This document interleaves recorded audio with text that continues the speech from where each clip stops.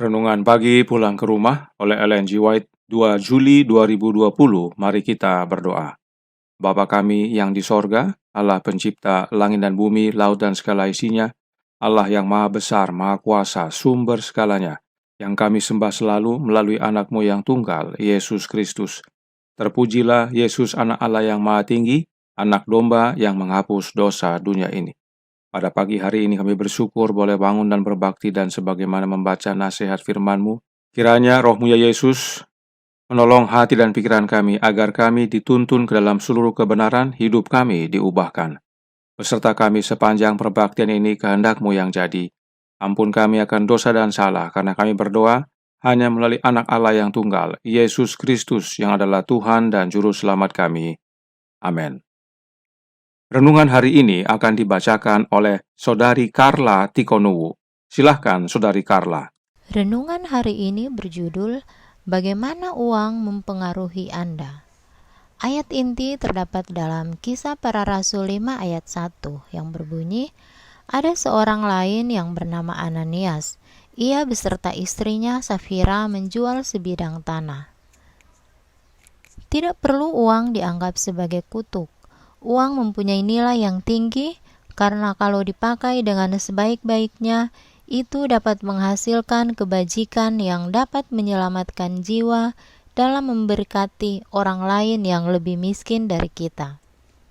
Apabila digunakan semaunya dan dengan tidak bijaksana, maka uang akan menjadi jerat bagi pemakainya. Orang yang menggunakan uang untuk memuaskan rasa sombong dan ambisinya berarti menjadikan uang itu kutuk, bukan berkat. Uang tetap menjadi suatu ujian kecintaan.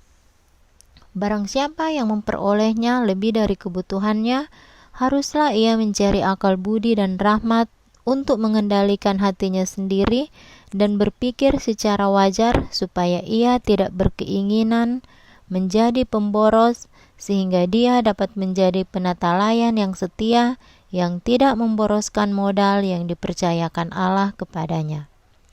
Apabila kita mengasihi Allah melebihi segala sesuatu, maka segala sesuatu yang bersifat sementara akan berada pada tempat yang sewajarnya dalam kecintaan hati kita. Kalau dengan rendah hati kita mencari akal budi dan kesanggupan agar dapat menggunakan harta kekayaan Allah dengan sebaik-baiknya, kita akan menerima hikmat dari atas.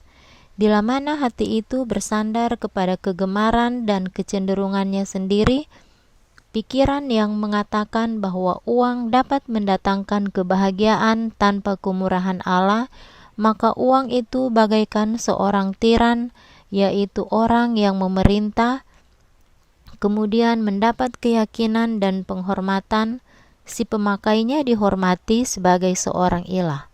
Kehormatan, kebenaran, kesalehan, dan keadilan dikorbankan di atas mezbahnya. Perintah Allah diabaikan, digunakanlah adat kebiasaan duniawi yang sudah direncanakan Raja Mamon menjadi kuasa yang sedang mengatur. Sekiranya hukum yang diberikan Allah tetap dipelihara, sungguh berbedalah keadaan dunia dewasa ini dalam hal arti moral, rohani, dan jasmani. Sifat merasa diri sangat penting, tentu tidak dinyatakan seperti keadaan sekarang ini, tetapi setiap orang memikirkan dengan sungguh-sungguh kebahagiaan dan kesejahteraan orang lain. Sebaliknya, yang terjadi adalah terus menindas golongan miskin di bawah tumit besi oleh golongan hartawan, gantinya pikiran dipakai untuk menyusun rencana, baik dalam hal jasmani maupun dalam masalah rohani. Mereka memperoleh suatu kesempatan untuk berpikir dan berbuat dengan bebas. Perasaan sebagai pemilik rumah mereka sendiri mengilhami mereka suatu keinginan besar untuk mencapai keadaan yang lebih baik. Segera mereka akan mendapat keterampilan mengadakan rencana dan rancangan untuk mereka sendiri. Anak-anak mereka akan dididik untuk memupuk kebiasaan rajin dan hemat, dan cara berpikir mereka pun jauh lebih besar daripada sebelumnya. Mereka akan merasa bahwa mereka adalah manusia, bukan budak, dan akan sanggup meraih kembali sebagian besar rasa hormat dan kebebasan moral mereka yang sudah lama hilang. Seri Membina Keluarga Jilid 1, halaman 354 dan 355. Terima kasih atas penata layanan Saudari Carla. Tuhan Yesus memberkati. Saudaraku dalam Tuhan, renungan hari ini menyatakan dalam Pulang ke Rumah halaman 199 paragraf 1 yang berkata, apabila digunakan semaunya dan dengan tidak bijaksana, maka uang akan menjadi jerat bagi pemakainya. Penggunaan uang yang tidak bijaksana akan menjadi jerat bagi pemakainya. Perhatikan Nyonya White gunakan istilah snare. Snare ini adalah jerat yang dibuat secara bertahap agar si mangsa tidak sadar bahwa dia sedang berjalan menuju kepada kebinasaan. Contohnya adalah untuk burung berikut ini. Ini adalah ilustrasi jerat atau snare bagi burung. Bila mana kita melihat lingkaran warna merah, itu adalah makanan.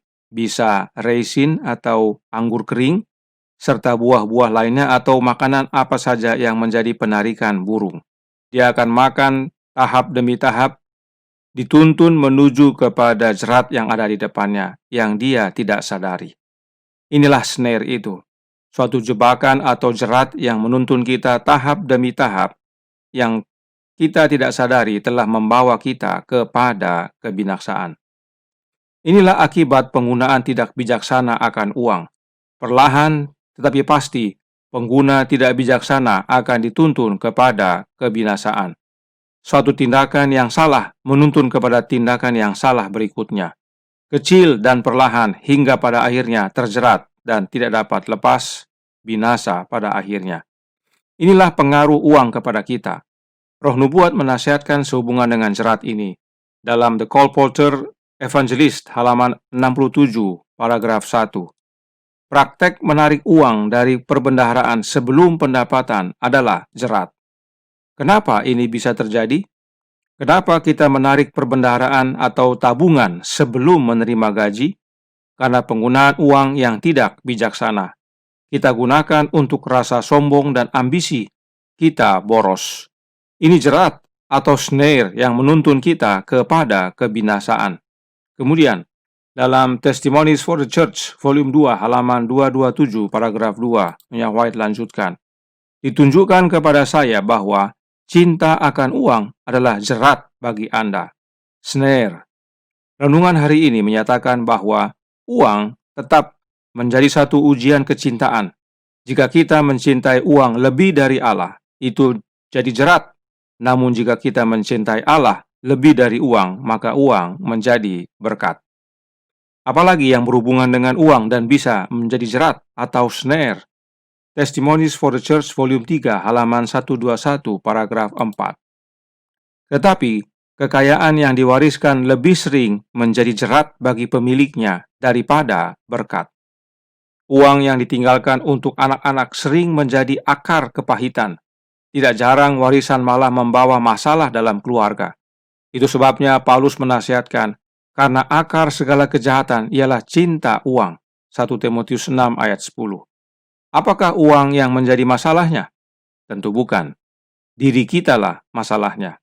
Karenanya, Roh Nubuat menasihatkan dalam The Acts of the Apostle halaman 71 paragraf 1. Uang, waktu, pengaruh. Semua karunia yang telah mereka terima dari tangan Allah. Uang akan bernilai hanya sebagai sarana untuk memajukan pekerjaan Injil.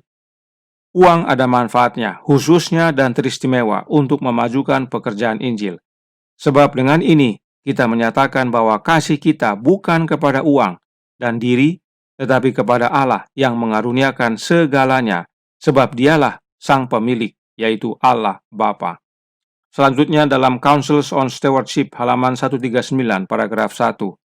Cinta akan uang itulah yang dikecam oleh firman Allah sebagai akar segala kejahatan. Uang itu sendiri adalah pemberian Allah kepada manusia untuk digunakan dengan kesetiaan dalam pelayanannya. Adakah uang memberi pengaruh duniawi atau surgawi bagi kita? Adakah kita mengasihi uang atau mamon lebih daripada Allah, yaitu Bapa, sang pemilik segalanya, dan cinta akan uang sebenarnya sama dengan cinta akan diri. Sebab uang dijadikan untuk memuaskan diri dan bukan membawa kemuliaan bagi Allah. Di manakah kita berdiri? Perhatikan nasihat roh nubuat berikut ini dari The Australian Union Conference Record April 15 tahun 1912, paragraf 15. Nyonya White menjelaskan, keinginan untuk mendapatkan uang adalah jerat setan dan yang paling populer di zaman akhir ini.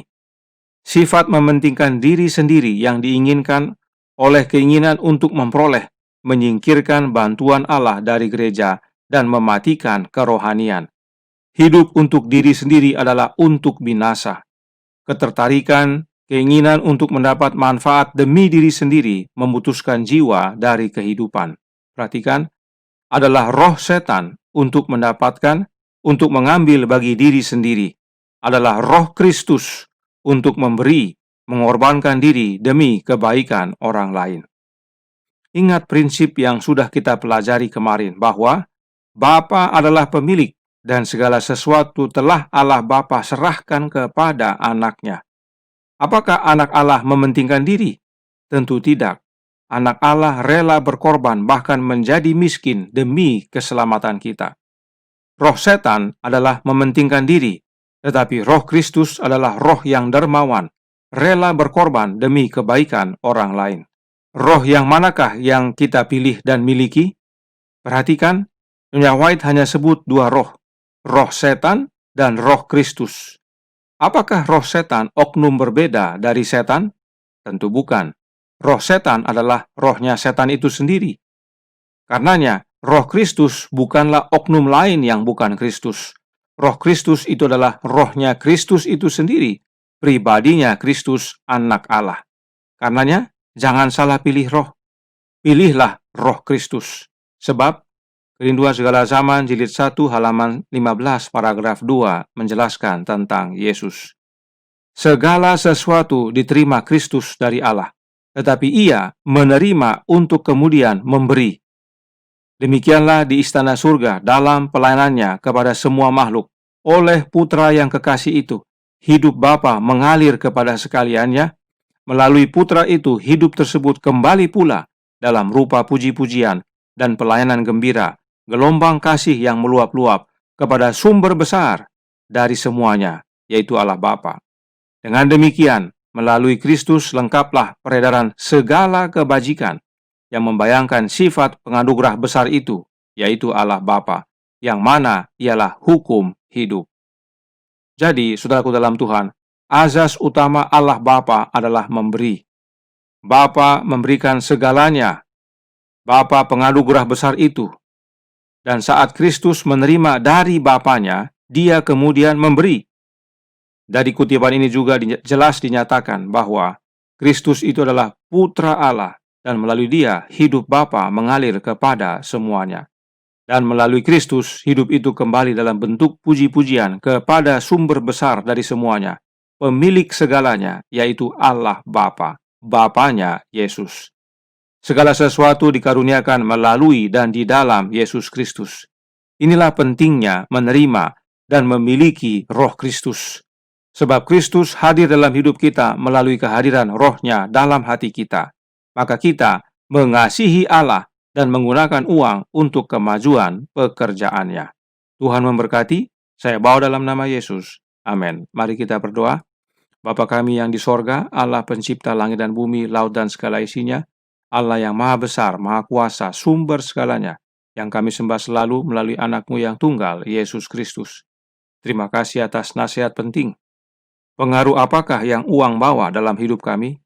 Adakah kami mengasihi diri dan dunia, atau mengasihi Allah lebih daripada segalanya?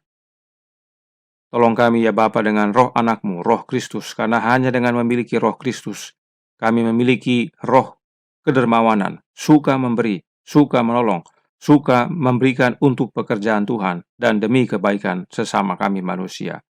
Tolong kami sepanjang hari ini kehendak-Mu yang jadi, ampunkan kami akan dosa dan salah, karena kami berdoa hanya melalui anak-Mu yang tunggal, Yesus Kristus, yang adalah Tuhan dan Juru Selamat kami. Amin.